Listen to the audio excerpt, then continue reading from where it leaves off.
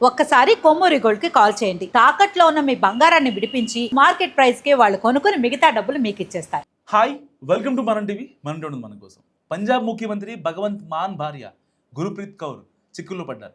ప్రస్తుతం ఆమె తీవ్ర ఆరోపణలు ఎదుర్కొంటున్నారు. ఒక అత్యాచార కేసుకు మాఫీకి సంబంధించి గురుప్రీత్ కౌర్ 5 కోట్లు డిమాండ్ చేసినట్లుగా జాతీయ మానవ హక్కుల కమిషన్కు ఫిర్యాదు అందింది. సీరియస్గా తీసుకున్న కమిషన్ ఆరోపణలపై విచారణ జరిపి 2 వారాల్లోగా యాక్షన్ టేకెన్ రిపోర్ట్ సమర్పించాలని పంజాబ్ ప్రభుత్వాన్ని ఆదేశించింది. ఈ ఆరోపణలు రిటైర్డ్ పంజాబ్ న్యాయమూర్తి జస్టిస్ రంజిత్ సింగ్ బహిరంగంగా చేసినట్లు పేర్కొంటూ లీగల్ రైట్స్ అబ్జర్వేటరీ ఎన్హెచ్ఆర్సీకి ఫిర్యాదు చేసింది. అత్యాచారం కేసు సంబంధించి ముఖ్యమంత్రి భార్య పేరును ప్రస్తావిస్తూ 5 కోట్లు డిమాండ్ చేసినట్లు రిటైర్డ్ న్యాయమూర్తి చెప్పారని ఫిర్యాదులో పేర్కొన్నారు.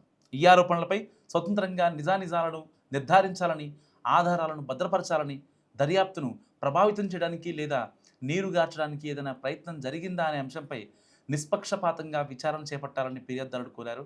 సో బాధితులకి న్యాయం అందడం వ్యక్తుల హోదా, పలుకుబడి లేదా అధికారానికి అతీతంగా ఉండాలని ఎల్ఆర్ఓ పేర్కొంది. సో ఈ ఆరోపణలు ప్రాథమికంగా బాధితురాలి మానవ హక్కులను ఉల్లంఘించే అంశంగా కనిపిస్తున్నాయని ఎన్హెచ్ఆర్సీ సభ్యుడు ప్రియాంక్ కమాంగో నేతృత్వంలోని బెంచ్ పేర్కొంది. సో ఈ నేపథ్యంలో పంజాబ్ ప్రభుత్వ ప్రధాన కార్యదర్శి డీజీపీకి నోటీసులు జారీ చేయాలని ఎన్హెచ్ఆర్సీ రిజిస్ట్రీని ఆదేశించింది.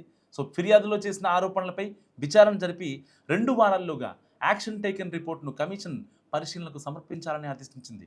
అదే సమయంలో ఈ వ్యవహారానికి సంబంధించిన వివరాలను ఢిల్లీలోని కేంద్ర హోంశాఖ మహిళా భద్రతా విభాగం జాయింట్ సెక్రటరీకి కూడా పంపాలని కమిషన్ సూచించింది. ప్రస్తుతం ఇవి ఫిర్యాదులో చేసిన ఆరోపణలు మాత్రమే. ఎన్హెచ్ఆర్సీ ఆదేశాల మేరకు జరిగే విచారణలో ఆరోపణల వాస్తవికత తేలాల్సి ఉంది. మరి మీరేమనుకుంటున్నారు ఈ కేసు గురించి? మస్ట్ కామెంట్ చేయండి.